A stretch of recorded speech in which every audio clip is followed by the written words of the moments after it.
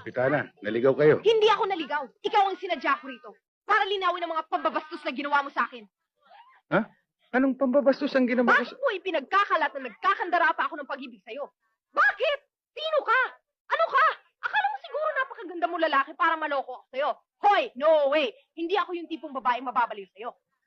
Kapitana, nakatingin sa atin yung mga tao. Huwag tayo mag-skandalo rito. Anong skandalo? Wala akong pakialam. Akala ko ba we have a democracy? I can say whatever I want, wherever I please, kahit saan. May reklamo? Akala mo siguro hindi makakarating sa akin, ano? Ganyan kayong mga lalaki. Pag nako-corner, para kayong mga hamong tupa, bumabaligtad. At ito, tandaan mo, kahit ikaw pinakamayamang lalaki, pinakagwapong lalaki, at saksakan ng romantikong tao, wala ka pa rin pag-asa sa akin dahil hindi kita type. Aba, teka, ang sinabi ko lang, maalat yung adobong linuto mo. Eh di binastos mo rin ako. Ano? Ano? Wala ka palang binatbat?